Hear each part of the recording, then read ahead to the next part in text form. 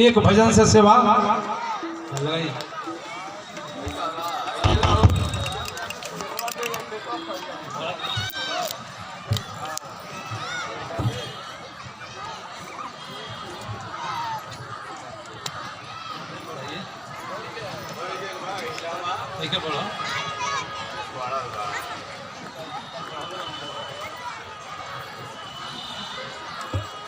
Hello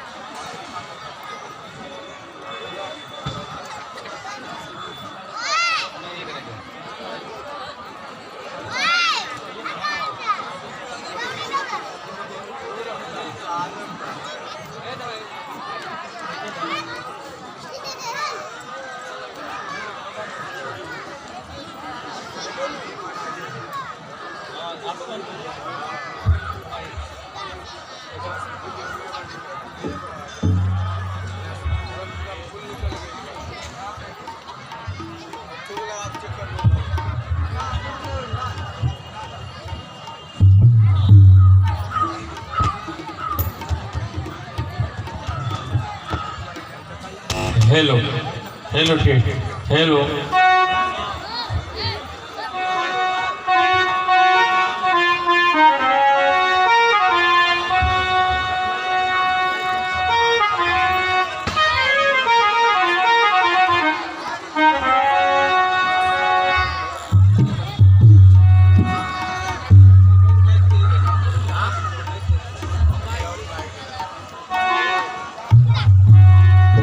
hello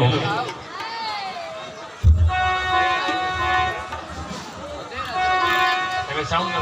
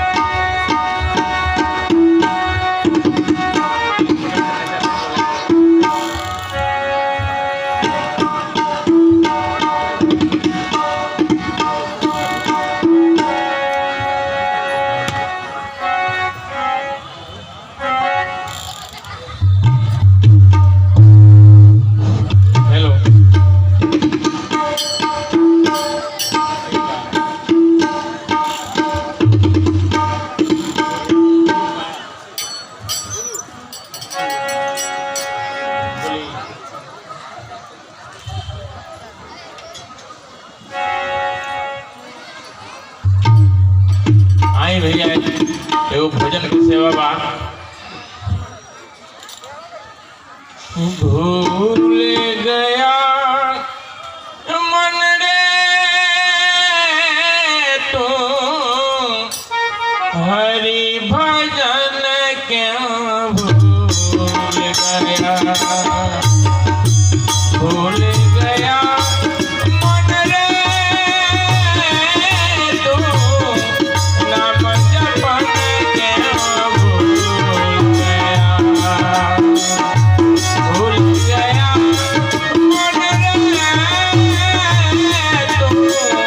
हरे भजन क्या भूल गया।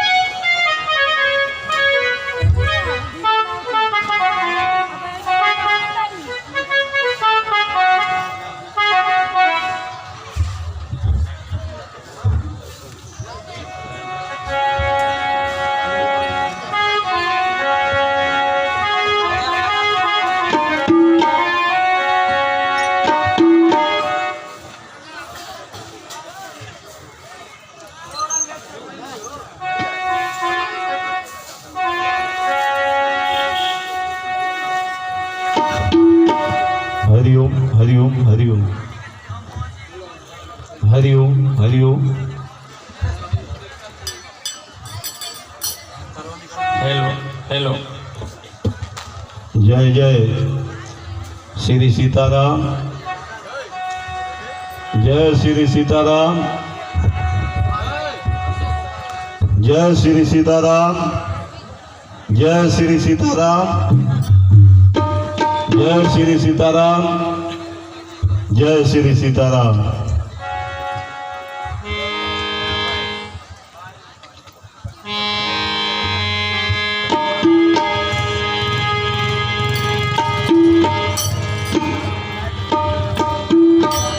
हरि ओम।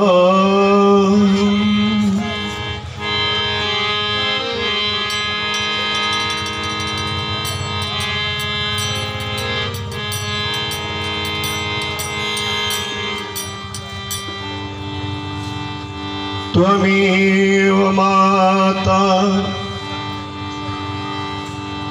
च पिता त्वमेव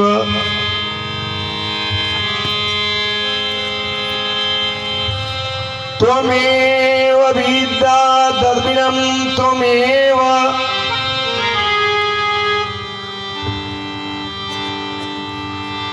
त्वमेव विद्या दर्पिणं त्वमेव त्वमेव सर्वं मम देव देव।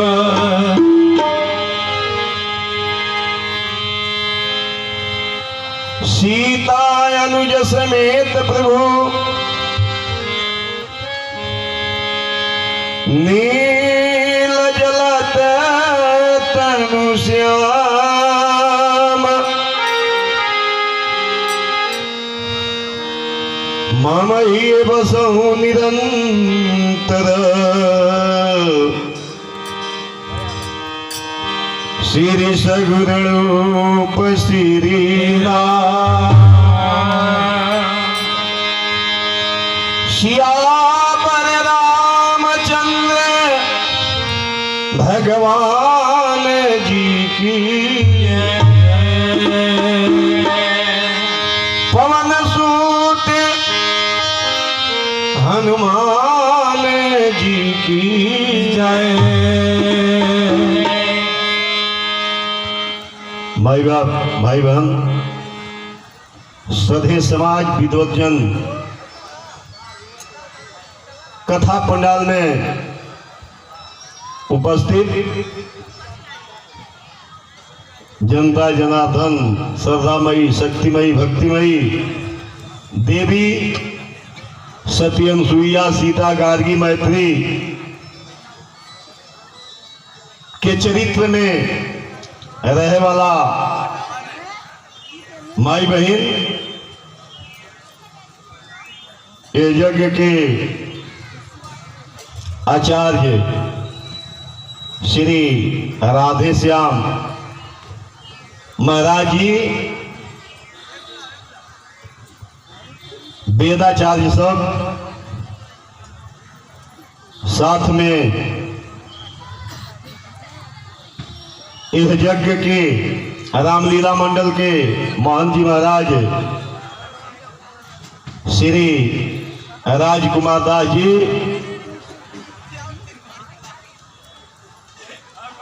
इस यज्ञ के अध्यक्ष कोषाध्यक्ष चाहे जौन भी कह दिया जाए, उपमा तुलना कंबा श्री प्रधान रामाकांत बाबू, श्री 1008 श्री बालकदास जी महाराज, चाहे जहां तक भी आवाज जाता, माई बहन भाई बंधु सबका के साधुवाद बा, व्यास मंच से प्रणाम बा। चलिए आई दो लाइन वो परमात्मा के चरण में, दो शब्द में काहे की जानतनी संसार का बा।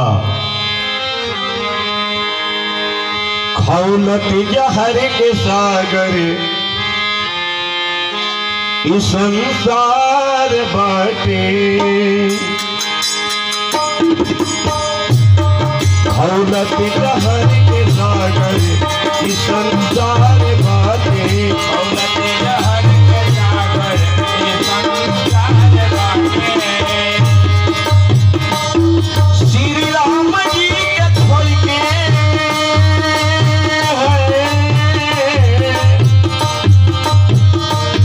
श्री राम जी के छोड़ के केहू न तोहर बाटे, खौलत जहर के सागर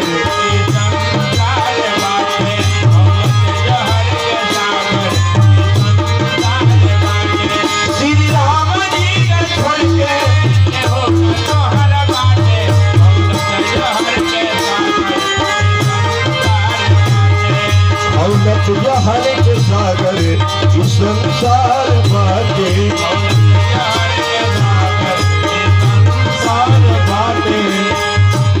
एक बात अपने विश्वास रखब, सोना चांदी के कमाई कुछ साथ नाही जाई, सोना चांदी के कमाई कुछ साथ नाही जाई, सोना चांदी के कमाई कुछ साथ नाही जाई, सोना चांदी के कमाई साथ नाही जाई, बेटा बेटी सब भाई रिश्तेदार दोस्त आई, रिश्तेदार दोस्त भाई बेटा बेटी जुदाई, चाहे जितना जुड़ा स्वार्थ के बापू जारी है,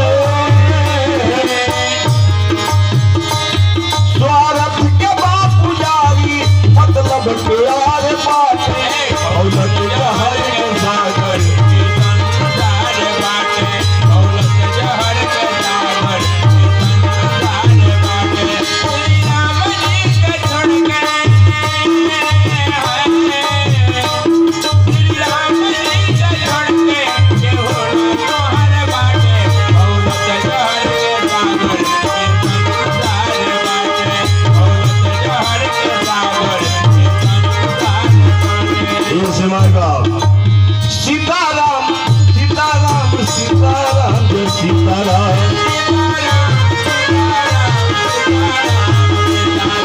सीताराम सीताराम सीताराम जय सीताराम, सीताराम सीताराम सीताराम जय सीताराम, श्री राम जी के छोड़ के केहू न तोहर बाटे, खौलत जहर के सागर इस संसार बाटे,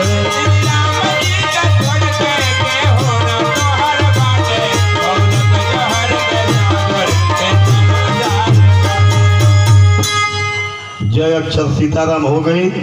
काहे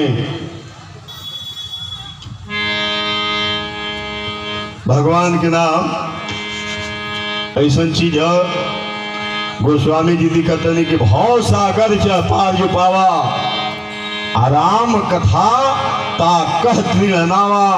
4 गो चीज के रुआ, लीला धाम नाम रूप, ये चारों चीज वाला हुआ है जब मिलता एक ही जगह पर। ये चलता चिठा प्रयागराज रुआ कि 9 दिन खातिर लागल बा। और में स्नान करी श्रद्धा से चली समय अनुसार। आज आई इस कलयुग के घटना आज से 700 बरस पहले के भक्तमाल में अपने संबंध पढ़ले होखा। ये एक कलयुग में बेटा के रूप में, नौकर के रूप में शंकर भगवान के अंतिम अवतार भइल बा मिथिला जिला में पिसपी गांव में विद्यापति के घर में। आई ये से शांति बनाई, ध्यान से श्रवण करी। कहे कि बड़ा दुर्भाग्य के बात बा कि कहे के ना चाहिए, कथा श्रवण करे तक लेके एजा पब्लिक के लूज नहीं के पर वचन तो अलगा बा। यदि एगो शब्द पर बोला जाए, निशाचर शब्द उठा ली तो निशा माने रात होला, अचर माने चले वाला। तो ये बताई कि देवता देवी रात में ना चलेला, चलेला तो वो निशाचरे हो, निशाचर ना हो। देवता देवी रात में चलेला, रहुओ रात में चली ले। कहीं कौन नौतरही की रहुआ चल गई नी तो उन्हें से 11 बजे रात में 12 बजे रात में रहुआ छूटनी तो घरे आवत नहीं तो निशाचर हो गई नी ना। अब एक व्याख्या कही जाओ कि निशाचर केकरा के कहल जला तो 2 घंटा रह समाप्त हो जाए। प्रवचन के माने होला कि साधक अपन चिंतन सुनावेला। प्रवचन में साधक चिंतन सुनावेला, कथा ना सुनाई। आ कथा के अर्थ दोसर होला। ये से आई थोड़ा कथा पर ध्यान दी। प्रवचन करे के हमनी के कहाँ लूर बा, जेकरा लूर हुई करत हुई। बोलिए आनंद कंत भगवान की जय। आज से 700 बरस पहले दरभंगा जिला जो भेड़वा नाम से प्रसिद्ध रहे। और वही दरभंगा जिला में पिसपी एगो गांव बा, जो गांव आज भी बा। जे गई हुई एमे से दर्शन करे खातिर देखले हुई। पिसपी आज भी बा। 1400 ईस्वी में दरभंगा जिला जो भेड़वा नाम से प्रसिद्ध रहे। आवैया के राजा रहले शिव सिंह, देवनागर 2 भाई रहले। हमारा मित्र लोग का नाम बाकी इधर उधर मत बाकी 1-1.5 घंटा के समय है। वो दरभंगा जिला के राजा शिव सिंह और देवनागर 2 भाई रहले। और वही दरबार के भक्त विद्यापति नौकर रहले, नौकरी करस वो दरबार में राज में। उनका औरत के नाम रहमानी, बेटा ना रहे, शंकर जी के पूजा करस, बेटा बेटी कुछ ना रहे। एक दिन बादशाह दिल्ली कैद करा के, अब विद्यापति के जौन बादशाह रहले शिव सिंह महाराज, इनका के कैद करा के दिल्ली वाला बादशाह ले जाके जेल में रख दिलस। विद्यापति मिथिला से पैदल गए आ कहले जाके वो बादशाह से कि महाराज हम देख दोनों कब्जा करी ले, दोनों कब्जा बनाई ले, देखलो बनाई ले, बिना देखलो बनाई ले। चक्कर में पड़ गई बादशाह की देखल तो सब केहू लिखेला, देखल का कविता बा तो सब केहू लिखेला, लेकिन बिना देखल कैसे लिखत रे। तो बादशाह व्यवस्था का बनौलस कि एगो कुआं खोदवालस, कुआं खोदवा के आ विद्यापति के वहीं में 7 दिन 7 रात के भोजन पानी दे के रख दिलस, ऊपर से तिरपाल वगैरह से ढकवा दिलस। कहल जे में लिखा। विद्यापति लिखे लगले कविता कि कचहरी में का होता, राजा के प्रोग्राम का बा, बेगम का करते रही, बादशाह का करते रहे, लिखे लगले कविता। 8वां दिन जब विद्यापति निकले ले वो कुआं में से बाहर, तो दरबार में पढ़ के सुना दे, कचहरी में पढ़ के जब सुना दे, आश्चर्य हो गई बादशाह के। बादशाह कहले कि कविराज कुछ मांगा हमरा से, काहे के राज घराना के राज कवि रहबे कैलू, कुछ मांग लो। विद्यापति कहले कि मालिक यदि देवे के चाहत नहीं तो हमारा मालिक के छोड़ दिया जाए। शिव सिंह महाराज के शिव सिंह के आजाद करके मिथिला लेके अले। आ जब मिथिला लेके अले तो शिव सिंह महाराज यह कहले कि कविराज तू हमरा से कुछ मांग लो। कहले विद्यापति की सरकार अपना ही दे दी, हम कहाँ मांगी रहुआ से। 100 एकड़ जमीन शिव सिंह महाराज के तरफ से मिलल। विद्यापति के ब्राह्मण लोग में गुजर करे लागल, जिए लागल, खाए लागल। आई शंकर जी के पूजा करे लगले। भावना रहे भगवान के पूजा करस, मन में भावना रहे बेटा के शंकर जी के पूजा करस। यही जैसे इनकर जीवनी सुनी बड़ी रहस्यदार ये अवतार बा। शंकर जी के अंतिम अवतार है। एक निकाल के घटना 700 वर्ष पहले की बात है। कहे कि शंका मत करे, रोज सुनावत नहीं रउआ से बन के रोज हम राजकुमार दास जी सुनावत नहीं कि सुनी आश्चर्य जनिमान हूँ जिनके विमल विचार राम अनंत अनंत गुणा हमें कथा विस्तार। रात दिन सुनाओ तनी वहाँ के हम सुना देते रउआ सबन के कि हरि अनंत हरि कथा अनंता आ गाँव ही सुनही बहुविधि सब संता। ऐसे शंका मत करे, यही जग से सुनी। एक दिन एगो बनिया गाड़ी पर सामान लाद के लेके जाए लगल। भोर के समय रहे, विद्यापति मठिया पर बैठ के तत्वन करत रहले। तब बनिया बोलल कि गोल लगिले बाबा। विद्यापति कहले कि खुश रह। तब बनिया बोलल कहलस कि बाबा रउआ समझ कहिले कि निर्वंशी के मुंह देखला से यात्रा खराब होला। हम बिजनेस मैदान भी बनी, भोरे भोरे रउआ मुंह देखले बनी। रउआ बताई कि हमर यात्रा ठीक बा कि बेठीक बा। यदि हमर यात्रा ठीक होई तब हम मेला जाए, बाजारे जाए, नहीं तो रउआ बोल दी हम वापस चल जाए। विद्यापति कहले कि तार यात्रा खूब बढ़िया हुई है बाबू, तू बाजारे जा आ जौन तुहरा घाटा लाग जाई तो ना के हमरा से मांग ली, हम तारा के वापस कर दे, उतना लौटा दे। आदतुन कहले नहैले आ शंकर जी के दरबार में जाके कहले कि हे शंकर भगवान, ई कहाँ का नियम है? ई कहवा के ई नियम बा कि लोग निर्वंशी के मुंह देखता तो यात्रा खराब होता। तो आज लोग निर्वंशी कहता, कल बाल ब्रह्मचारी के लोग मुंह ना देखी, परसों साधु के मुंह ना देखी। ई कहा कि यदि भगवान के यहाँ यह परंपरा बन जाए कि निर्वंशी के मुंह देखला से यात्रा खराब होला तो जरा 1 लाख बेटा 1.25 लाख नाती रहे रावण के लोग जाके मुंह देख के यात्रा बना ले। ढेरे मुंह से यात्रा ठीक होके वाला बा तो चल जाए दशानन की बना ली। देखिए बनिया के कोनो क्षति ना होके।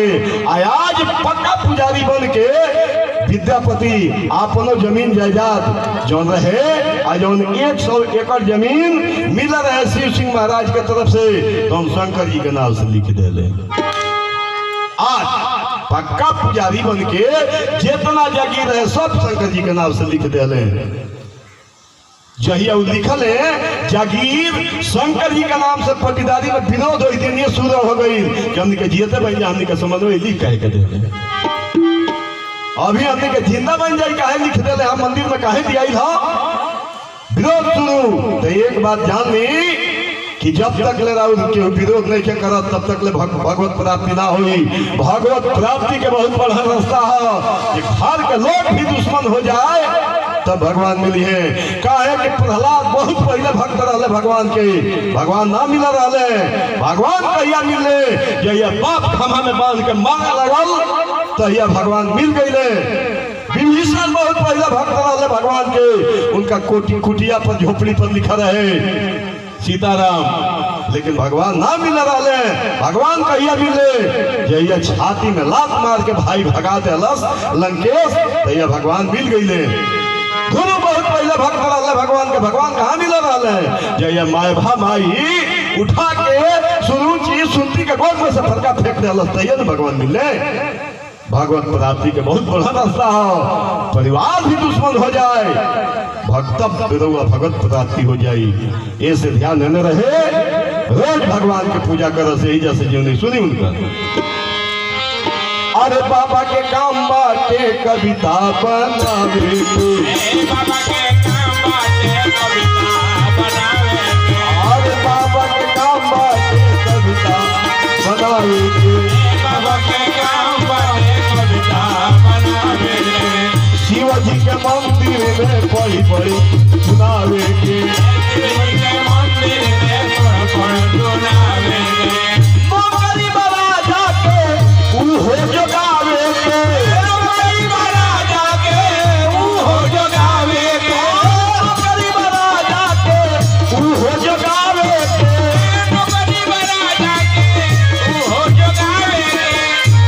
मन शिवजी के भोगव लगावे के मन शिवजी के भोगव लगावे के मन शिवजी के भोगव लगावे के रोज के नियम रहे भगवान के कविता लिखा सा शंकर जी के दरबार में लेके जाओ और शंकर जी साइन कर दे दस्तखत मोहर कर दे उसको आज की ठीक बात है कविता तब ले जाके शिव सिंह महाराज की कविता सुनाओ रोज के नियम रहे आप बेटा मान के भगवान के भोग लगा के यह रोज के नियम रहे। एक दिन समस्या ऐसा आई ध्यान देने रहे जब इतना जागीर रहते हुए पूरा पटीदारी के लोग लूट के खा ले लेकिन विद्यापति एगो गाड़ी के ऊपर ना दिले रहे एगो गाड़ी ना दिले रहे सगरो जितना 100 एकड़ जमीन मिलला के बाद भी भैया वो दोनों बेकत भूखे मरे लागल हो जा कहले कि हे भगवान शंकर हम इनमें कौन खेत अगुरत फेरी कहले जाके मंदिर में कि सारा जग के तू ही रखे वाला सारा जग के तू ही रखवाला भोला बाबा बड़ा मतवाला भोला बाबा बड़ा रे मतवाला भोला बाबा बड़ा रे मतवाला भोला बाबा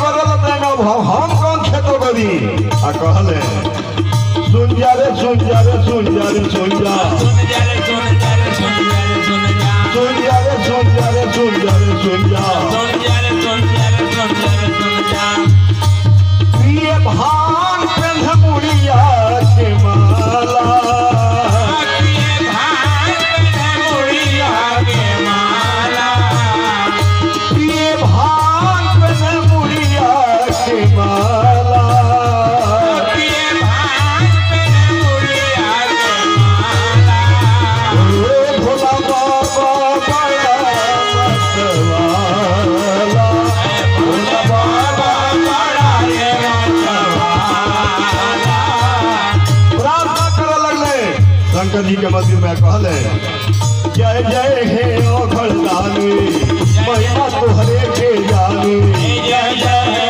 ओघड़दानी महिमा तोहर के जानी ये तोहके दोहरावेला मनवांछित फल पावेला ये तोहके दोहरावेला मनवांछित फल पावेला सबके झोली भर देला सबके जीवन संवार देला सबके झोली भर देला सबके झोली संवार देला मांगे तोहसे उठाली नहीं जाला भोला बाबा बड़ा मतवाला भोला बाबा बड़ा रे मतवाला भोला बाबा बड़ा रे मतवाला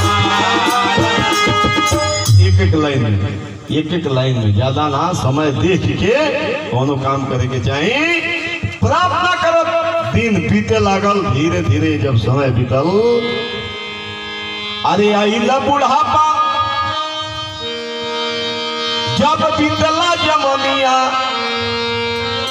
विद्यापति थाकी गईले थाकेली मनिनिया जब औरत रहली विद्यापति के माननी जब ये दोनों जना बुढ़ारी में आ गए तब विद्यापति थाकी गईले थाकेली मनिनिया तब दुखे सुखे मानिनी बनावेली भोजनिया दुखे सुखे मानिनी बनावेली भोजनिया तो सब नहीं खेते पे वाला है फूल का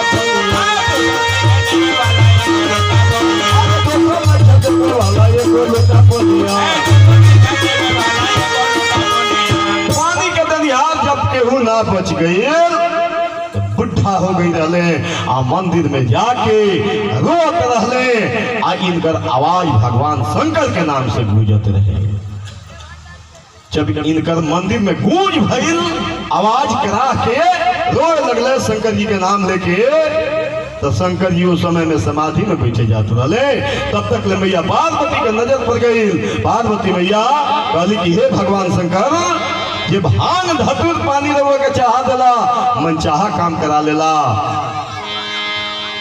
आज पूरा जीवन अपन सौंप दिया रहुआ के, ओकर हालत देख लिया जाए। कहली कि रहुआ समाधि टूटे के हम समय जानता नहीं। बीते संबत सहस 87 अटजी समाधि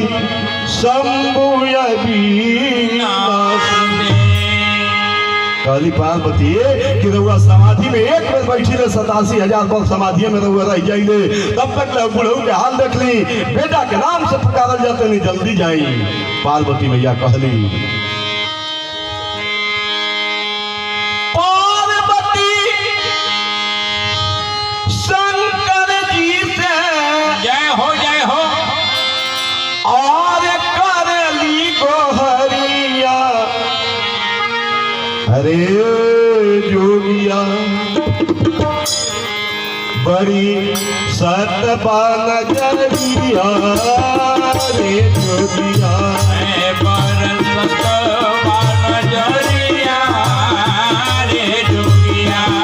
बड़ी सतपा नजरिया, रे जोगिया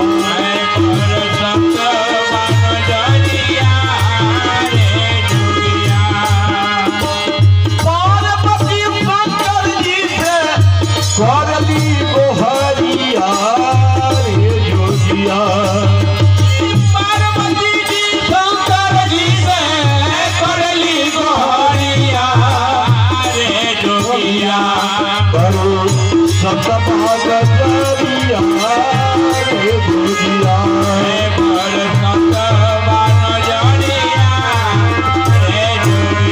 कहली कि हे शंकर भगवान, पेट मानी सेवा कैले सकरी उमरिया, रे जोगिया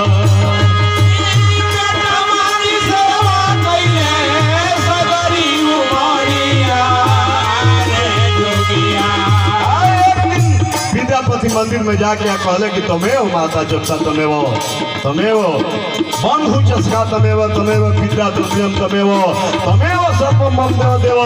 कहले कि जैसे सब कुछ तू हमारा हुआ ऐसे बेटो हुआ, अपना के यही छोट बा जाकी रही भावना जैसी, प्रभु मूरत देखी थी तैसी। पार्वती कहली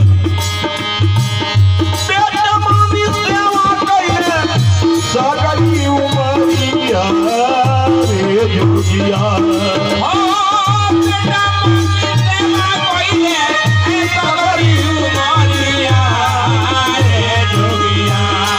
आज समय आई बा भगवान विद्यापति कि केहू लागे ना कगरिया, रे जोगिया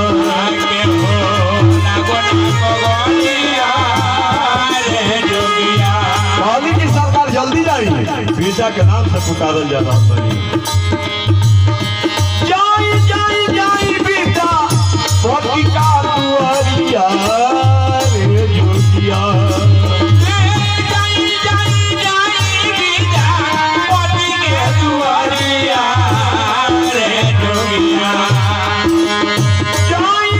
जाई बेटा पति का दुआरिया, रे जोगिया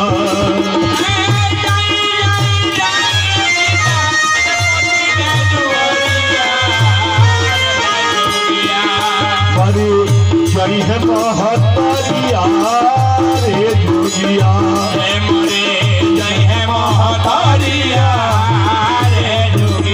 पार्वती मैया के भगवान माई मरे के किनारा आईली, बाप के दुर्दशा देखी जल्दी जाई। शंकर भगवान कहले कि हम तो जाई, लेकिन रहुओ चले के परी। पार्वती मैया कहली कि हम जब चलब तो रहुआ सेवा ना कर सकिले, रहुआ सेवा ना करब।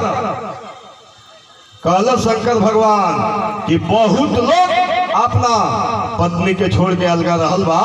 ए राम जी 14 महीना 6 महीना 14 दिन 11 महीना 3 गो प्रमाण बा सीता जी के छोड़ के अलगा रहल बड़े। लेकिन जो रहुआ जहिया दक्ष प्रजापति के यहाँ हवन कुंड में जाके गिर गई, वो मरल लाश लेके शंकर भगवान पूरा मृतलोक में भ्रमण करे लगले। जौना लाश के 57 खंड भगवान विष्णु अपना चक्र से खंडित कैले। उस 57 खंड लाश रहुआ धरते में गिरल। उस सिद्ध पीठ दुर्गा भइल, चाहे जहां जहां गिरल तो धइल। हृदय गिरल हो जा बाबा धाम में, कहीं नैन गिरल, यहाँ गिरल तारा पीठ भइल। तजे मरल लाश ना छोड़ सकेला, वो जिंदा में अलगा कैसे रह सकेला। पार्वती जी कहली कि हम चलब तो एगो सत्य बा। भगवान शंकर जी कहली कि सत्य सगरो मंजूर बा, लेकिन वह चले के परी। मैया पार्वती कहली कि सत्य हमारी बा कि हमारा के रहुआ देखब आ रहुआ के हम देखब। सत्य हमार बा कि हमारा के रहुआ देखब, रहुआ के हम देखब आ रहुआ के पूरा दुनिया देखी, हमारा के क्यों ना देखी। अरे हम वही घर में, लेकिन हमरा के क्यों ना देखी, रहुआ के पूरा दुनिया देखी। कहले कि सब मौजूद बा, चली देखा जाए शंकर भगवान पार्वती कैसे कैलाश छोड़ता लोग। फटही धोती कुर्ता पहिरे, झोरा में डमरू लुकवा के। अब होगा बाबा 13 साल के लड़का बन गई ले आके। 13 साल का लड़का बन गई ले। असुर मचौले मिथिलापुर में डमरू धुन पर गागा के। हमारा के केहू नो कर राखी, टहल करे हम खाली खाके। दुआरे दुआरे घुमस कस के केहू नो कर राखी, केहू नो कर राखी। लोग पूछे कि बाबू नाम का हो, तो कस की नाम हमार उदना हो। कहाँ रहला, कहला कि होश में आई तब से पता नहीं के काहे कि शंकर भगवान झूठ ना बोलिए। जंगल पहाड़ श्मशान में कहीं सुत रही ले। माई बाप का का नाम हो, अब तो होश में आई तो ये सब पता नहीं के। लोग कहे कि लवारिस लड़का खैले पर रह जाई, मंगनिए रह जाई, आ एक दिन सूद मूद सगरे जोड़ के लेके फरार हो जाई। कहाँ कहाँ खोजल जाइए करा के नहीं खे रखला के काम। ए जौना दरवाजा पकड़ले मिथिला में भगवान खेती हल गईले। इहे भाई रउआ सब देख ले, खब मुड़ी पर उठा ले वासुदेव जी भगवान के ले जाके फेंक ले। और से माया लाद ले तो आग पहले तो हाथ में पैकड़ बेड़ी सब लग गई।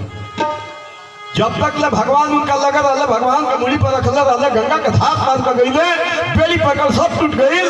अब भगवान के फेंक रहे माया लदल है, अइले तेजा बेड़ी पकड़ सब लागे।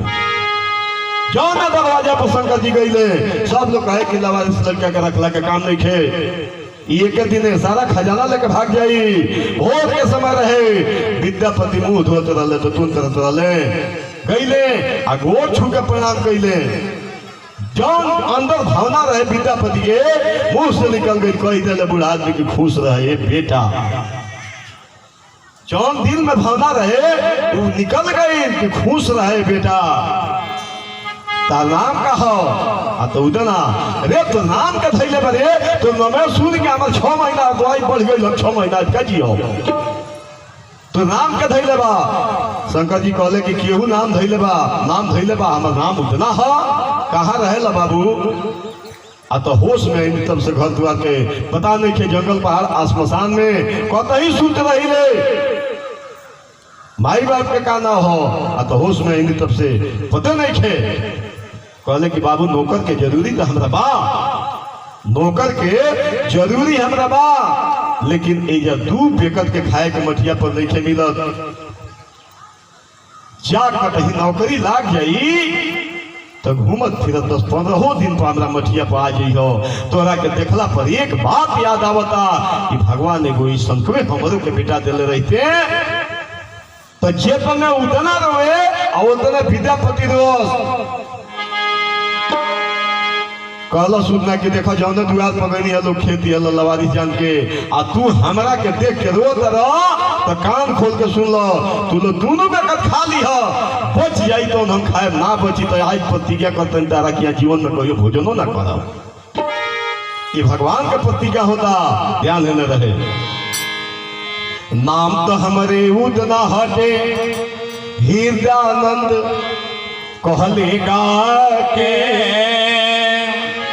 विद्यापति जी नौकर बनौले पर ना चिन्हले भोला के। ये हमने में अंतर हो जाला भगवान के चिन्ह ना पहले जा नौकर बना ले विद्यापति जी आ का कौन बेटा बाप के सेवा करिए वैसा कौन भाई भाई के सेवा ना कर सकला जब शंकर जी सेवा करस ध्यान देने रहे।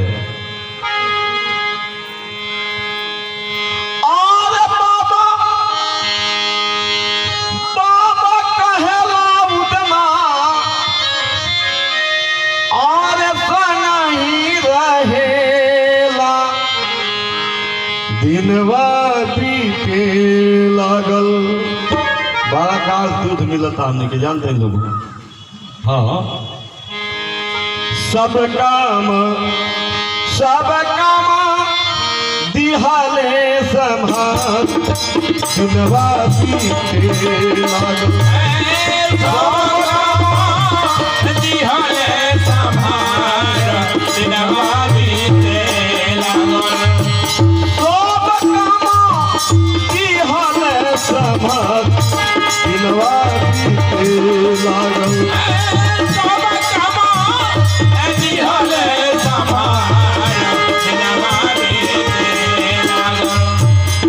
घूमी घूमी बालवा में कोठिया तुरेला दिनवा बीते लागल घूमी घूमी बालवा में कोठिया तुरेला दिनवा बीते लागल घूमी घूमी बालवा में कोठिया तुरेला दिनवा बीते लागल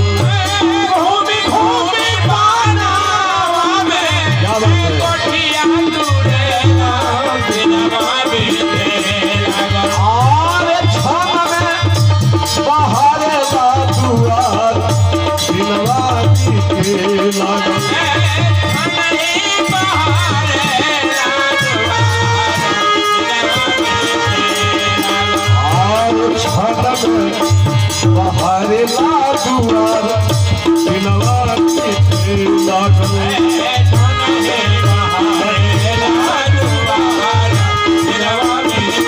ध्यान दिया जाए उदना का करता उदना के लीला कुछ समझ में न आवत बाटे हाला भइल बाटे गौवा जवार में केहू देखे गछिया पर कठिया तुरंत बाटे केहू देखे लकड़ी के बेचता बाजार में बाबा आगे देखा तारे भांग पीसे बैठल बा आ लइका लोग देखता गैया के हार में आ मठिया के चोर लोग धान लुटे जाता खेत लुटे तो उदना खाखारा तबे मुखिए के झाड़ में वो जौने खेत में जाओ लो कहे कि जीवन भर चोरी करके खैले रहे लो आदत रहे आ बाबा कहिए गल रहे कि सारा जग के तू ही रखवा ले में हम कौन खेत को दी तू बुझिए तार काम बुझी जौने खेत में चोरावे जाओ लो लुटे खाती जाओ लो उन्हीं से लोटा लेके खाखा से निकले लोग कहे कि बड़ा फरहर नौकर मिलल बा बाबा कहस कि बड़ा फरहर नौकर मिलल बा नौकरवा बड़ा फरहर बा वो कह जानस कि भगवाने हम बड़ा फरहर नौकर मिलल बा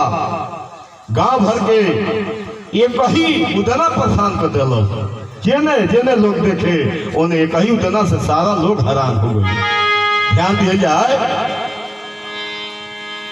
उदना के जब कुछ दिन बीतल तो कहलस कि बाबा खैनी खाई ले कहले कि का कही बेटा जब से हम गरीब खैनी हाँ तब से चुनाव वाला कौन नियरा से नहीं गुजरत हम खैनी खाई उदना कहलस खैनी बना के दिलस बाबा खैनी खैले तब कहलस कि बाबा भांग खाई ले उदना कहलस अच्छा ये बहुत बहुत धनराशि आई उदना कहलस कि ए या एक टाइम खाई के ठेकान नहीं के भांग मिलता कहलस कि बड़ा बढ़िया भांग बनाई ले विद्यापति कहले कि यही उम्र में हेती में उम्र में ते भांग बनाओ के कहां से सीख गई रहे और मेन बात रहे वो देना कि अपना भांग बिना परहेज ना होत रहे तो सोचे कि मृतलोक में आई बनी और मृतलोक में नियम बा कि गार्जियन के सामने छोट लड़का कोनो नाशा ना करे तो बाबा यदि हुकारी भात देते तो हमारा बेकार हो झोरा में सरता ज्ञान होता हमारो काम चल जाई। लेकिन एगो विचित्र बात रहे कि सुत जाने बाबा तब गोरावा तब दिनवा बीते लागल। ये बाबा जब सूते जास आ गोड़ उदना दाबे गई तो पार्वती कहली कि शंकर भगवान होश में यही घर में बानी हमरा के केहू देखत नहीं थे। अरे दक्ष प्रजापति का रउआ गोड़ ना लगनी प्रणाम ना कैनी अपना ससुर के जब ये है बुढ़ऊ तो जब राउत प्रणाम ससुर बर्दाश्त ना कर सकेला ते मृतलोक में बूढ़ा आदमी एगो कैसे बुढ़ऊ जर गए हैं। शंकर जी कहले कि जरावे के होखे तो त्रिनेत्र हमरा बा हमारा जटा में गंगा वाली दवाओ कहोगे तो सब दवा दे बुढ़ऊ जर गए हैं तो हमारे चंद्रमा में अमृत बा अमर कर दे। वो तमाशा देखी बीच में छेड़छाड़ मत करी तमाशा देखी। सुत जाले बाबा तब गोरावा तब दिनवा बीते लागल। दाबते करेला भीनु सार दिनवा बीते लागल। साँझ से भी सारा तक ले उतना गोड़ दाबे बीच में का होता का नहीं के होत बाबा अपन खाई जाना सा सुतल जाना कुछ ना पता रहे ये बीच में का होता। लेकिन एक विचित्र घटना रहे जब गंगा जल भर के उदना नहवावे बाबा के लागल तो हृदयानंद गावे देख के गंगा जी रोवेली दिनवा बीते लागल। काली गंगा मैया के शंकर भगवान वो भक्ति के बस में पानी भर के ये मृतलोक में बूढ़ा ब्राह्मण के वो सेवा कर रहा बनी नवा रहा बनी अरे वो जटा में हम बानी आदेश दी। शंकर भगवान कहले कि गांव के गांव जवार के जवाब हवा देव के रुआ बेवत बा लेकिन एगो आदमी के नवा देव के रुआ लगे बल लिखे अपने कस्ती रह जाए तलोरावा से कर दी दहर दिनवा बीते लागल। ध्यान में रहे अब यही उदना सेवा करता सब चीज बाँच गई। धीरे धीरे विचित्र एगो घटना घटल कहिया फागुन के महीना आई। फागुन महीनवा में 1300 के दिनवा में घर घर हो खेला पूजाई भोला दानी के घर घर हो खेला पूजाई भोला दानी के। फागुन का महीना जब आएगा 13 साइल वही 13 के दिन की घटना हो। घरे घरे हो खेला पूजाई भोला दानी के घरे घरे हो खेला पूजाई भोला दानी के। कहले विद्यापति की बाबू तू जब से अला तब से देही में तो निकल हो गई बा आ जब से हम गरीब भई दिया तब से हमरा मठिया पर एक और साधु लोग नहीं खावत भोजन करे। अरे 2-4 को साधु लोग के कह दीते आके भोजन कर दी तो हमरा मठिया पर बेटा तोड़ जाती। मठिया को भोज बाटे साधु लोग के खोज बाटे मठिया पर भोज बाटे साधु लोग के खोज बाटे। मठिया पर भोज बाटे साधु लोग के खोज बाटे। मठिया पर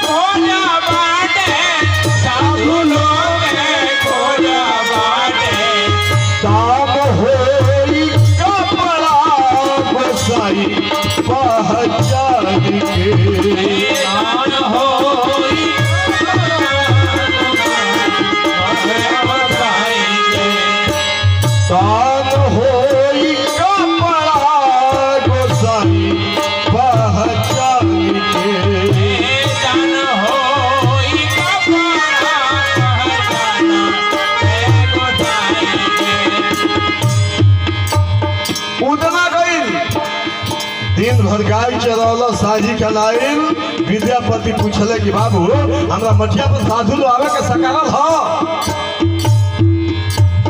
कहल जे हाँ। आ तो को आदमी के न्योता दिले हा? कहलस कि 108 जना के कह दिले बनी। आ इहो कह दिल बनी कि जे भेटा जाओ ओकरा के रउआ सब ले आए। बिहाना रउआ मठिया पर 200 साधु आ जाइए। कहले विद्यापति के नीच नालायक आदमी, जंगली आदमी, बड़े आदमी के तो इज्जत का जल रे। हम 2 आदमी के व्यवस्था कैले बनी। ये 200 साधु का खाइए तोरा किए रे? 200 साधु कहाँ से खाइए? कहलस की डॉक्टर काहे बनी? हम साधु न बोलौले बनी। साधु लोग वही साधु कौन? तेरस ना करे, अतवार ना करे, एकादशी ना करे। कहीं 200 साधु लोग भूखल हो तब 2 आदमी के ऊपर जाए कि ना? विद्यापति कहले कि नौकर तो लवारिस बा, लेकिन बात बड़ा बुद्धमानी के कैले बा। सब जना खाई अला आइलो, हो सकला राम नाम माला फेरे अला आइलो। कहले विद्यापति अरे दान होई कपड़ा गोसाई पहचान के। दान होई कपड़ा गोसाई पहचान के। विद्यापति अस्थिर हो गईले।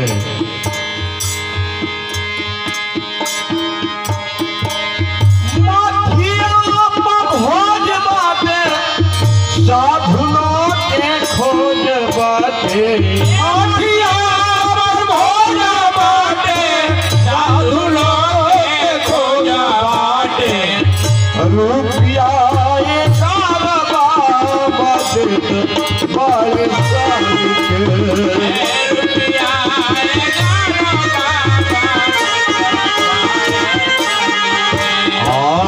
रुपया 11 बाबा देत बड़े साल के। रुपया 11 बाबा देत बड़े साल के। 11 रुपया पूरा जीवन के थाती विद्यापति माटी में गाड़ के रखले रहले। माटी में से निकाल के शंकर जी के उतना के देहले। कहले कि ले ये 11 रुपया हमरा लगे बा। आ जे करा के ते बोलौले बड़े ओकरा के एही में निभाई दिए। बिना हमरा समझ कुछ पूछिए। 11 रुपया 8 गो बड़का बड़का बोरा लेके औदला चलल मिथिला पिस्पी भाग पिस्पी का बनिया लोग के। शंकर भगवान के प्रसंग घाटे तो लाते रहे। प्रसंग घाट तौले लो शंकर जी है मुंह घुमा ले कहियो धारा दा कौनो भाव दा साझी का स्टॉक मिला लिया अपन कि पता में बानी कि बेपरदा में बानी। साझी का जब खजाना गनबन हूँ तेरा पता लग जाई। गजब ही ऋषि काम बा भैया। भगवानो यदि दुकान पर आ जास तो उनका के बक्सल ना जाई। इतना ही रिस्की बिजनेस बा। एगो यही ना नौजवान गई आ 2 गो हलवाई के दुकान रहे। एगो हलवाइया से कहल हंस के का रखले बड़ा हलवाई कहल का चाहिए तारा तारा चाहिए कौन चीज? आ तो खोआ रखले बड़ा तो हाँ आ तो 5 किलो दो। बगल वाला तो लागल वही ठेक बाप रे बाप तो 400 के बहनी यही बेरा हो गई। 400 के बहनी हो गई यही बेरा हो रही भोरे। तब कहल कि दूध रखले बड़ा तो हाँ आ तो ओहू में से 5 किलो तो लो। तब ताके लगल कि दोनों एके में काहे के तो लुआओ त कराही में। तब कहलस कि चीनी बानू तो हाँ तो 5 किलो में सुधा बगल वाला एकदम ऐठता जे हमरो के यहाँ काहे ना तो आ जाई हमरो कुछ बहन बनता हो जाई। रात ठोक ली थी बगल वाला ऐठता। तब कहलस कि लड्डू बा तो हाँ तो 5 किलो हो तौला। अभी 20 किलो जब भाई तब बनिया टुकु टुकु ताकत के ले काहे निकल जा। अतः एकरा के आगी पर चढ़ावो आ खूब मिलावो। जब मिलावत वो बनिया भाई के हाथ दुखा गई तो कहले कि मिला दे बाबू मिला दे ले जा। तब कहलस कि इतना देर मिलौले बड़ा तो बताओ जे कौन चीज तैयार कुछ भइल बा। तो हाँ तो का तैयार भइल बा? तरावड़ी तैयार हो गइल बा। तो कहलस कि 8 आना के दे दो। कहलस बनिया कि रे जब 8 आना के तोरा लेवे के रहल तो हमरा 2000 काहे के जियान करौले। कहलस कि दुहाई हो सरकार 8 आना चलता कि ना तारा कि दियाला कि ना दियाला नहीं तो तू अपन अकाउंट चलत रही।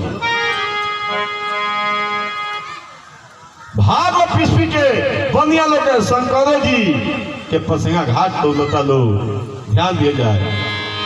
तब पैसा पैसा के सामान घूम के सागर दुकान पैसा पैसा के समान घूमे सगरो दुकान। पैसा पैसा के सामान घूम के सगरो दुकान बहुत नया लगा पुरानी बाजार खुलवा।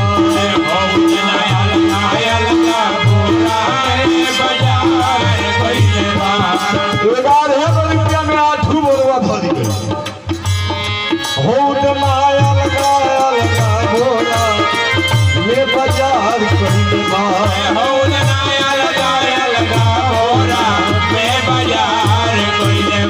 जब 8 बोला भर गई था भारी हो गई मटरिया के लौटे ना डगरिया। भारी हो गई मोटरिया के लौको ना डगरिया। भारी हो गई मटरिया के लौटे ना डगरिया। वही दिन अपना बसा बैला के पुकार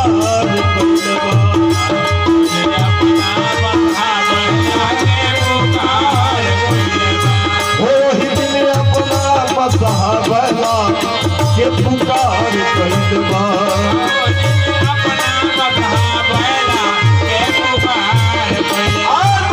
डमरी बजालो बासहा टंगार बन के आईने तो उतना कलश की इतना दिन का स्वागत छूटला में भोजन देखे भी लल दुबरा गई बड़ा कलश की सरकारी कही कि जो हमने तुआत पकड़ी हुलका दिले सन कि जल्दी हुलका दे नहीं तो गिर जाई हथियारी लग जाई।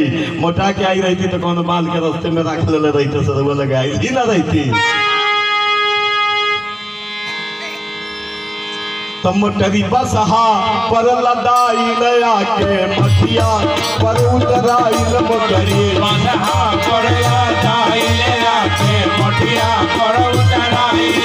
8 बड़वा बसा पर लाद के उठना जब खान के चढ़ल बसा पर तो बसा कहले कि भारी लागत मालिक। उतना कॉलेज की इतना दिन से हम पैदल चलते नहीं एक खेप के सवाल पर पहुंचा दो मठिया पर।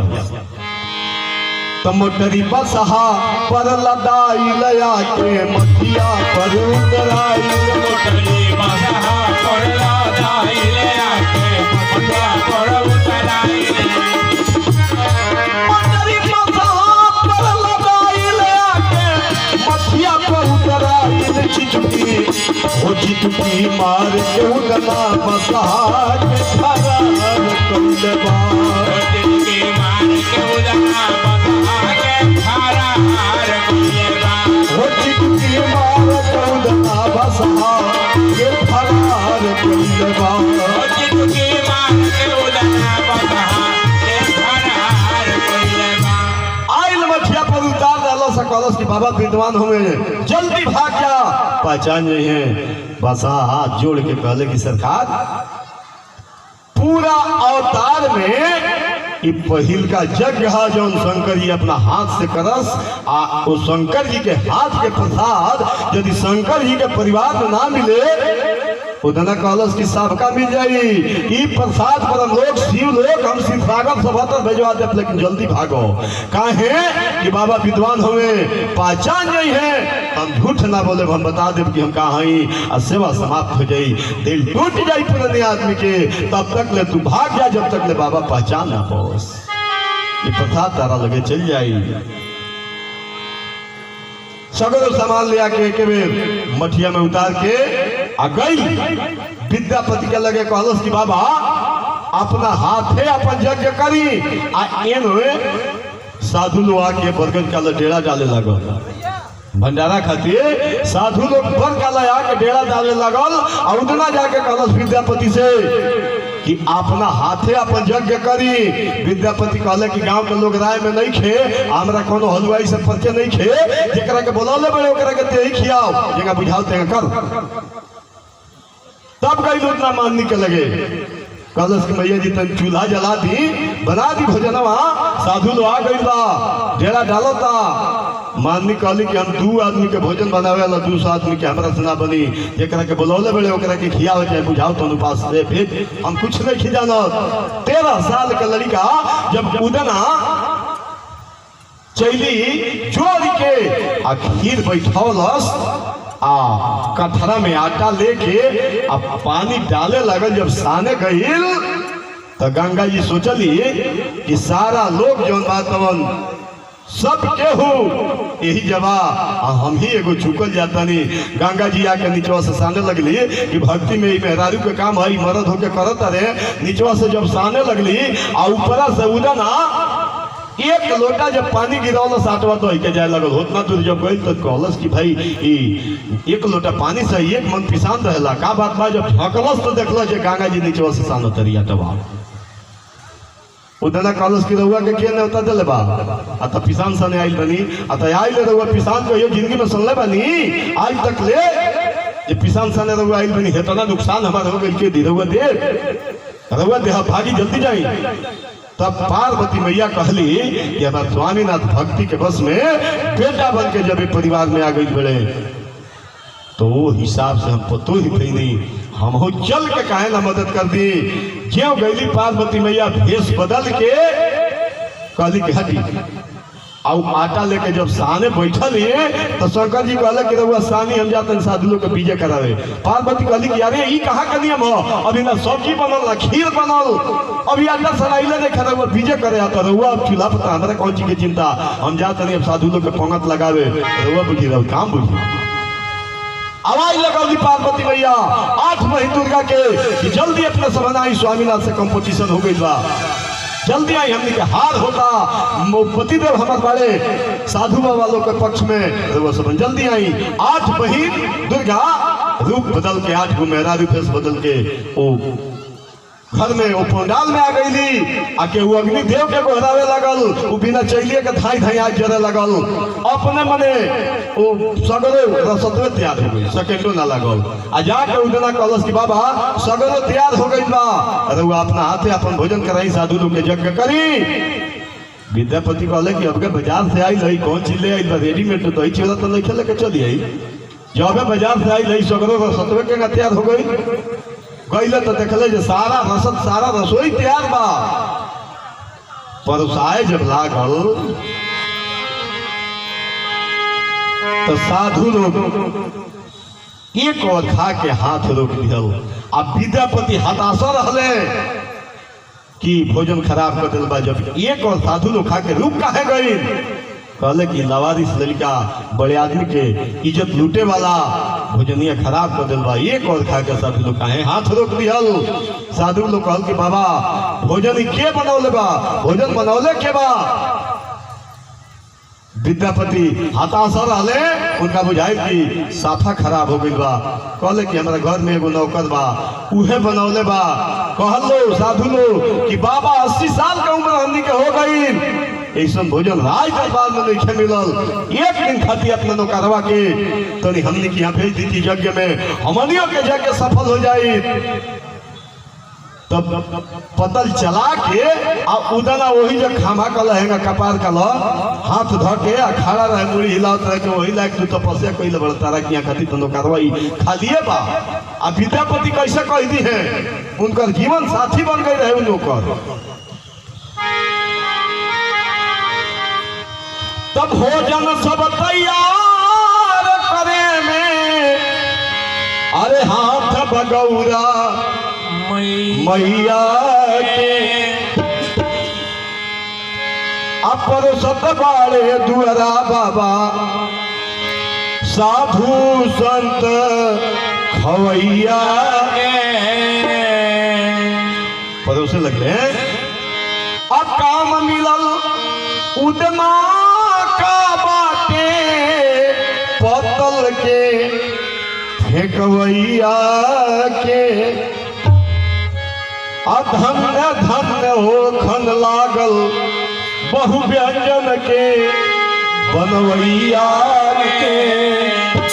धन्यवाद दे के साधु लोग जब 200 विदाई देके जाए लगल, मजा तो तब आई कि साधु लो ठहरी पर से उठल ढेकार के, साधु लो ठारी पर से उठल ढेकार के, साधु लो ठारी पर से उठल ढेकार के, साधु लो ठारी पर से उठल ढेकार के, मिलत लंगोटी बाटे थान में से थार के, मिलत लंगोटी बाटे थान में से थार के, आल मिलत लंगोटी बाटे थान में से थार के, मिलत लंगोटी बाटे थान में से थार के, ये ढेकार के लंगोटी बजाए लगल, साधु लो जाए लगल ह।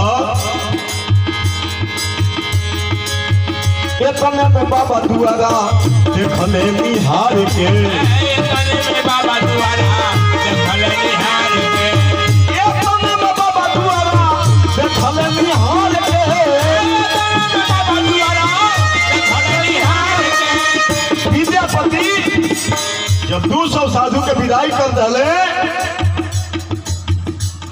आ द्वार पर जब गईले देखल है तो का देखले, साधु लयावत बा कमला के पार से, साधु लोग आवत बाटे कमला के पार से, 200 साधु के जब विदाई होखे लगल तब तक ले 60-70 गो साधु मिथिला में कमला नदी बा ओह पार से लोग टेकाने चल रहे कि आज 13 के दिन हो, विद्यापति के प्रवचन होला, भाषण होला, चले के एक खातिर लोग टेकाने चल रहे।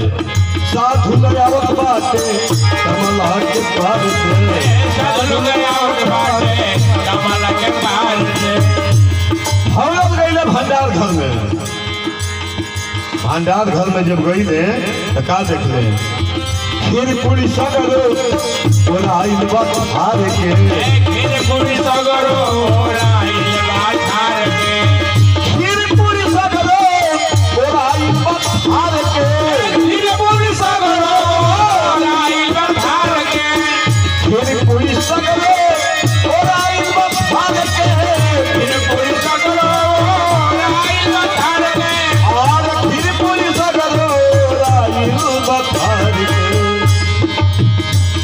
देखले जे सगरो खीर पूरी और आगे जो थार में कुछ नहीं थे, और क्या देखले, राशन के बोरा उल्टाइल बाजार के, राशन के बोरा उल्टाइल बा झार के, कुछ राशन ना बचा रहे, 8 बोरा उलट दिए रहे, झाड़ दिए रहे।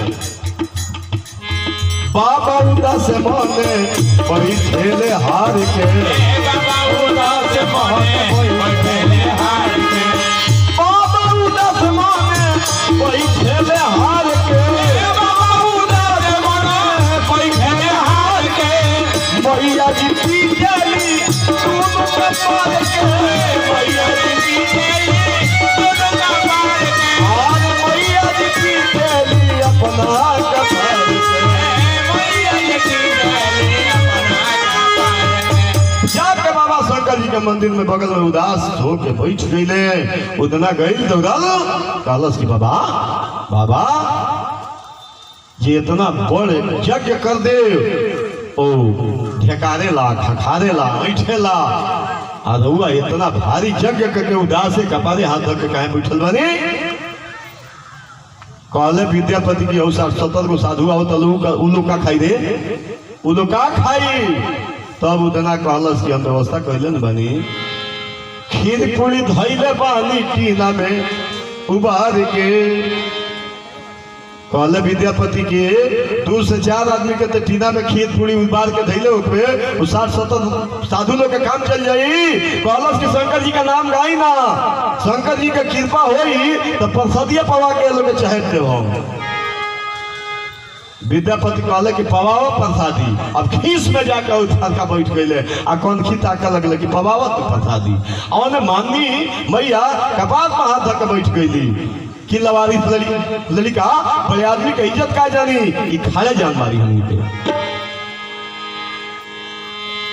उदन कहेला काहे बैठी मन मार के, उदन कहेला काहे बैठी मन मार के, हम खीर पूरी धैल बानी टीना में उबार के, हम खीर पूरी धैल बानी टीना में उबार के। कल साधु लोया गईले कमला के पार से, कल साधु लोया गईले कमला के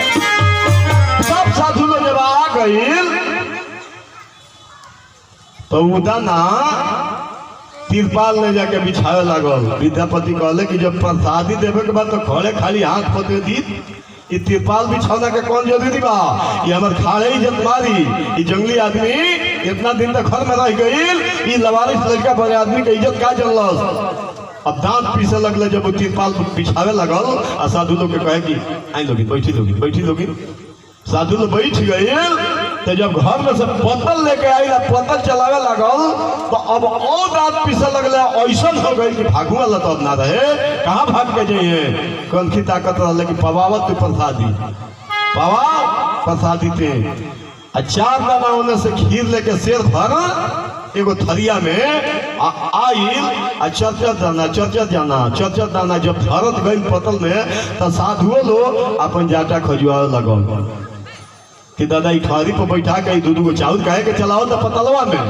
वही में केहू कहल कि प्रसादी हो, कथा पूजा भइल बा भगवान के, ई प्रसादिया पहले चलाओ तो भोजनिया बाद में चलाई, भोजन बाद में चलाई। यही विश्वास में ये लोग के चर्चा दाना खीर चला के और घर में गई, यही विश्वास में साधु लोग बैठा रहे। आ घरवा में जाके चार दाना खीर लेके राम रामायण नमः कही के जब पानी पियलस तो एने साधु लोग के जौन बात पेट फूल के नगारा हो गया। एक जना कहले कि रे जगह हवा खराब बका रे, सब जना के गई पे मरिया के हो गई। अब तब तक लो ना घरों में सऊदे ना चार गो पूरी एगो पतल में छिपी में लेके आके पहिलू से कहते कि लिया जाए। इतना ना आगे बढ़ो बाबू, तार जाके सफल बा मंगल में बा, आगे बढ़ो। आगे गई एगो लिया जाए, यही करत कर तुरियो के ले नाली महाराज, इतना ना आगे बढ़ो। तो हाथ लगा के उठाओ, हाथ लगा के उठावत गई आ सारा साधु लोग आशीर्वाद देके जब जाए लगल तब बाबा कहले कि उदना नौकर ना जरूर देवता हो। आज जाके बाबा के शंका हो गई कि आज लेकर सुतल नहीं देख ले, आज सुतल नहीं देख ले, नहाई नहीं देख ले, भोजन नहीं देख ले। आ ललिका हो के सगरो जजाद गोद दिले बा, लालाता जजाद 11 रुपया में 200 साधु के खियौले बा। शेर भर खीर में 70 गो साधु के खियौले बा। उदना नौकर ना जरूर देवता हो। कहले कुदन है नहीं बे, उदना के बुझाई कि पकड़ा गई बनी दिया। ये जो हम पकड़ाई बनी देखिए, औकात से अधिका के कोनो काम रहुआ कह दे आदमी धरा जाता। कहलो सुनला कि बुझाता पकड़ा गई बनी, बाबा विद्वान हुए जान गई बोले भांग बनौलस, भांग के गोला ले गई, हाथ बदलस, कहलस कि पहले शंकर भगवान के प्रसाद पाई। गाय पड़ल बड़ी सब खेत में, गैयन के हाथ के हम आवत तो बात होला। वो भांग खिया के बाबा के भाग गई। आई लोना से तो बाबा के गोल जाते लगल आ कहे लगल पूछी आ पूछत रही। अब उनका के पूछे लायक छोड़ले बा, उनका याद बा का पूछे के बा, उनका के वो जगह पर भेज दिल बा कि उनके याद बा। भांग के नशा में नीचे से ऊपर आवत रहे, ऊपर से नीचे आवत रहे। अब उदना नियम का बनौलस, उदना नियम बनौलस कि बाबा सुतर तब तक मठिया पर रहे, गुड़ जाते आ जिया जागस तब खेत में भाग गए। इहे नियम बनौलस। उदना बाबा जागा रहस तब खेत में रहे, और सुतर रहस तो मठिया में रहे। एक दिन सोचलस उदना कि कहिया ले इनका से भागल फिरे, कहिया ले हम भागल फिरे। गोइला बाबा के मुड़िया पर हाथ से फेर दिया। जब मुड़िया पर बाबा के हाथ फेर दिया उदना तो बाबा के घमंड हो गई, अहंकार हो गई। कहल ना तो हमरा इज्जत से सब के चल गई कि नौकर हा देवता ना हा, सबके हमरा के हमार प्रतिष्ठा जान के आशीर्वाद दे के कि यज्ञ मंगलमय बा, धन्य बा। देखिए यही के कहल जाला ईश्वर के कृपा। ईश्वर के कृपा हर आदमी पर, राक्षस होके चाहे मानव होके, कौन चीज होके, देवता होके चाहे दानव होके, सबके ऊपर बराबर बरसेला। चौनिगान स्वाति के बुद्ध जब गिर जाला तो केरा में पड़ेला कपूर हो जाला, हाथी में पड़ेला गजमुक्ता हो जाला, गाय में पड़ेला गोलोचन हो जाला, बांस में पड़ेला बसलोचन हो जाला, सीपी में पड़ेला मोती हो जाला। वही ना ईश्वर की कृपा जब भक्त पर पड़ेला तो भक्त आत्मसमर्पण कर देला कि सब तो अरे हमार कुछ ना। और वह जब दुष्ट पर पड़ जाई तो वहाँ काल में बदल देला। उधना जब हाथ फेरल बाबा के माथा पर तो बाबा कहले तो हमारा इज्जत से लोग चल गए, हमारा इज्जत से लोग चल गई, अहंकार हो गई, घमंड हो गई। धीरे धीरे बैसाख के महीना आई, कहले विद्यापति के बाबू तारा अइला से हमारा देही में बल हो गई बा, तारा अइला से हमारा देही में बल हो गई बा। तू यही जगह रह मठिया पर मानवी के सेवा करिए, शंकर जी के सेवा करिए, तब तक ले तनी हम काशी विश्वनाथ से घूम के चलिए। विक्रम गुप्ता कैथवलिया गांव के विक्रम जी के तरफ से 11 रुपया के चाचा जी के तरफ से 21 गो बा। का करे हम देखत नहीं कि दूरा बा, यही से 21 गो बा। भगवान से मंगल के प्रार्थना कामना। तनी हम बनारस से घूमे आई, काशी विश्वनाथ के दर्शन पाई, तारा इला से हमारा देही में हिम्मत हो गई बा, बल हो गई बा। वो जना कहलस कि कान खोल के सुन लो, तू चलबा तो हमहू चले। बाबा कहले कि रे हम अकेले अपने भर के भड़वे जुटौले बनी। कहलो सुदना कि हमरा के टीटी में स्टेट लो पकड़बे ना करिए तो काहे आ तो छोट बनी। आधा बतिया कहे आधा मुंह में राख ले। चाहेगा 21 रुपया का धनराशि के हो चाचा जी के तरफ से प्रदान भइल, धन्यवाद बा। ये व्यास मंच से बोल दी राजा रामचंद्र की जय। हाँ धीरे धीरे पारा पारी अइला के काम बा, हॉलो ना होके कथो में व्यवधान ना पहुंचे, कहे कि कथा रहुआ सबन के 9 दिन में हम कुछ सुनौले नहीं की, एक बड़ा हमारा अफसोस बा। बोल दिया नंद कंद भगवान की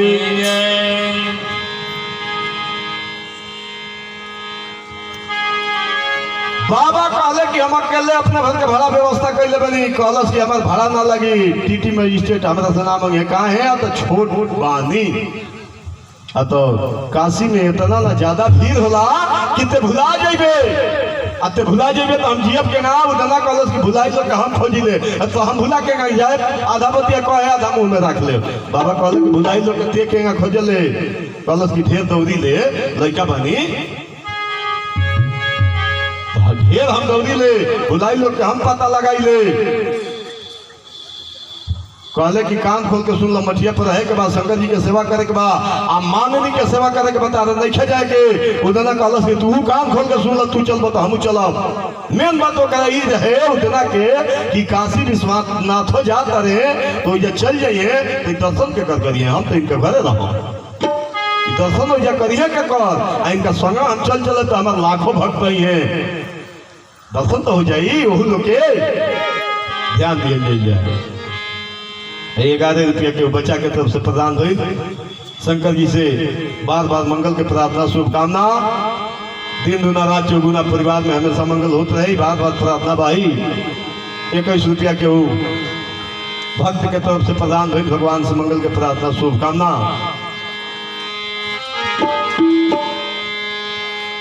कहले कि ना मनबे, कहलो सूचना कि ना माने, चलो जब तू चलबा तो चले। बड़ी मजे की यात्रा पर ध्यान दिया जाएगा। चलो चलो उड़ाना रे, चलो चलो उड़ाना रे, बोल ले बचनवा बांध ली हाले थोड़े सतुआ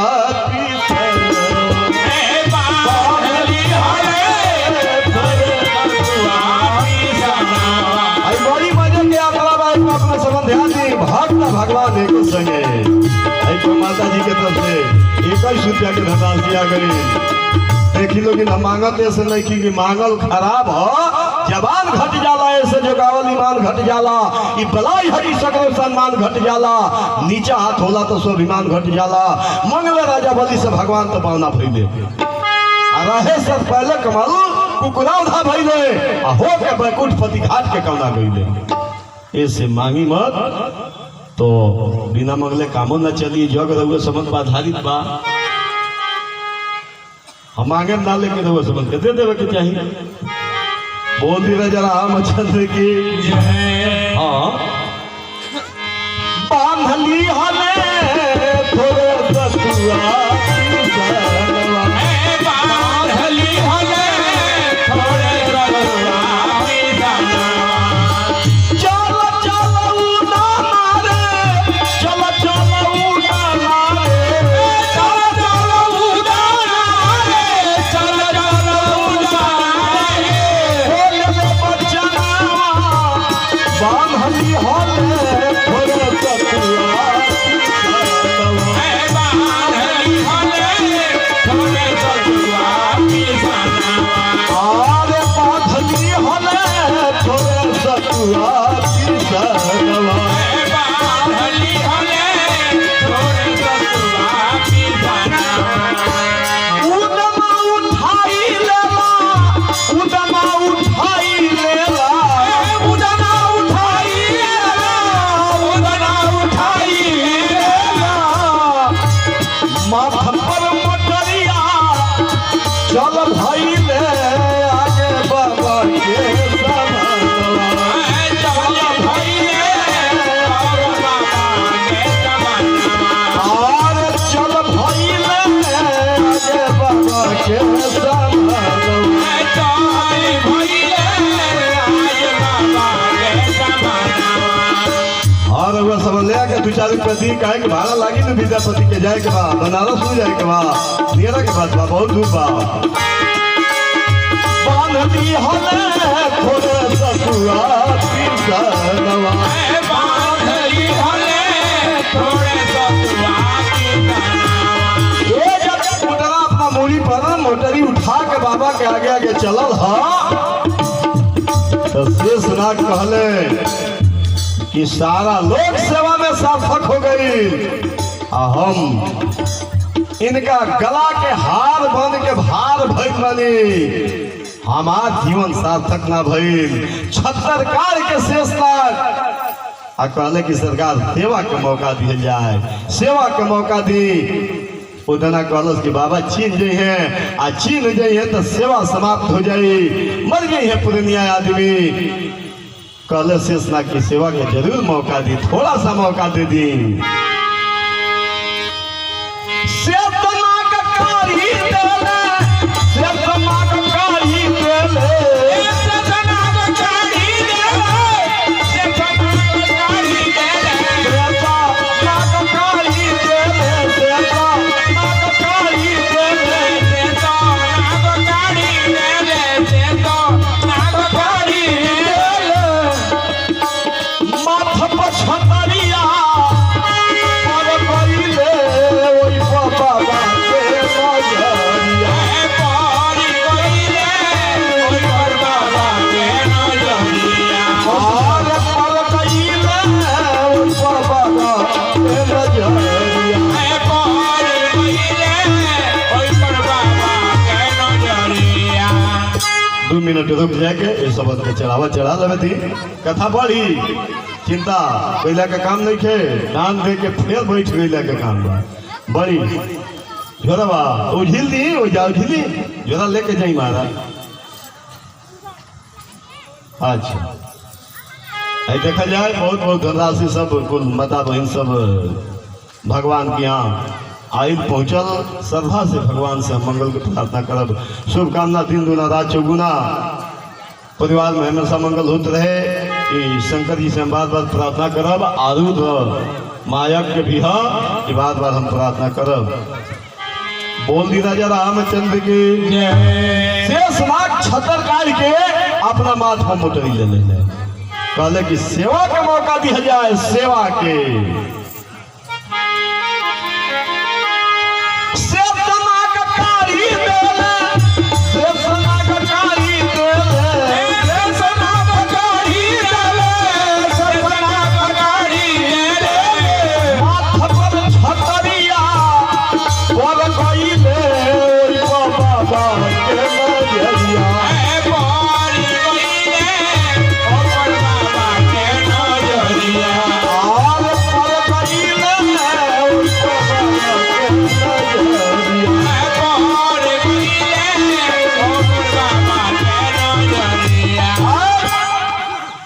गर्दन में के हार उस शेषनाग भगवान अपना मुड़ी पर मोटरी जब ले ले आ चले लगले, बाबा देखले तो जौन अहंकार है कूदना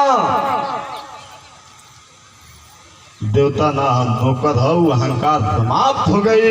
फिर इनका याद पड़े लगल कि आई लेकर खाई नहीं देख ले, नहाई नहीं देख ले, सूतल नहीं देख ले। 11 रुपया में 200 साधु के खिया दिले बा, शेर भर खीर में 70 गो साधु के खिया दिले बा। आ सांप के मुड़ी पर मोटरी धोआवता, उतना नौकर ना देवता हो, नौकर ना देवता हो।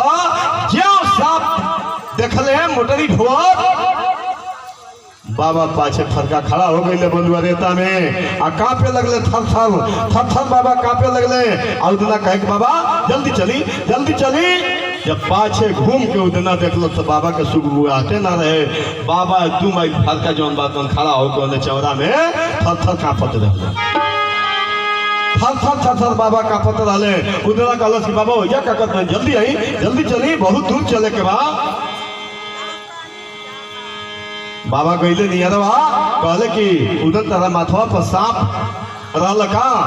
उधर कहल कि आदमी के देही में सांप होला, बात सही है कहे, आदमी के देही में सांप होला, अतना सांप जरूर रहल।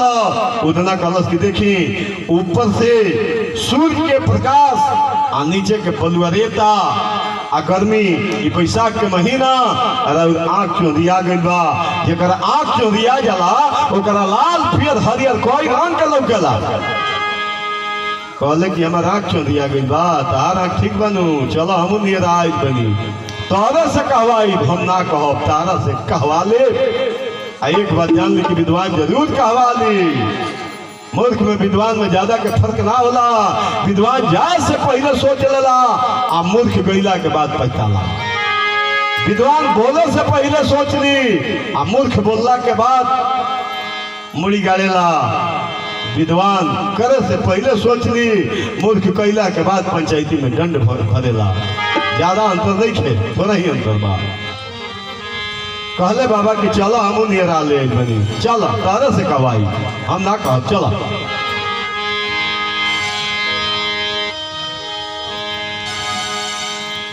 धीरे धीरे जब बढ़े लागल लो, रास्ता में 7 दिन यात्रा चल रहे। और 7 दिन बीती गई ने चलता डगरिया रे उदला। 7 दिन यात्रा पैदल बीत रहे। बाबा कहले कि कहीं बैठ तू छेहारिया रे उदला, कहीं बैठ तू छेहारिया रे उदला, कहीं बैठ तू छेहारिया रे उदला, कहीं बैठ तू छेहारिया रे उदला। गोल में झलका बटन धैली कोरिया रे उदला,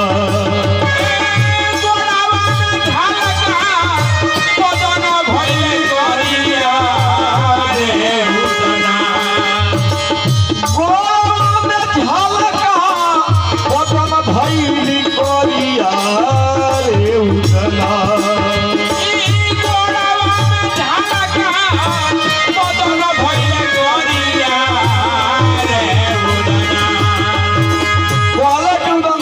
चलत चलत गोल में झलका पड़ने पर देह करिया हो गई बा।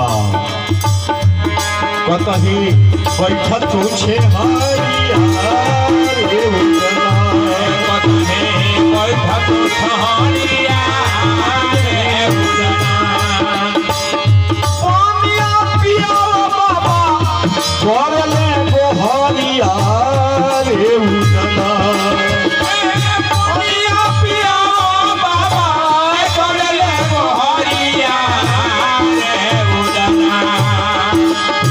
पानिया पिया बाबा करले गोहरिया रे उदला। पानिया पिया बाबा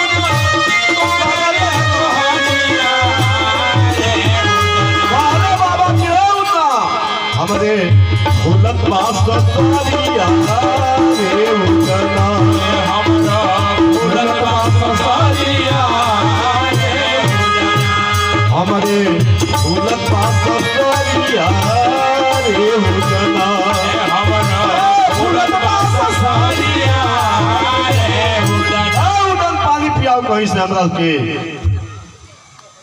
उदना कलश के बाबा ईजा से नंदन वन 3 किलोमीटर दूर बा, कम से कम कुछ दूर और चली नंदन वन में पानी पियब रहुआ, नंदन वन में पानी पियब चली बढ़ी। ऊपर सजोर गेल सूर्य के लहास मारे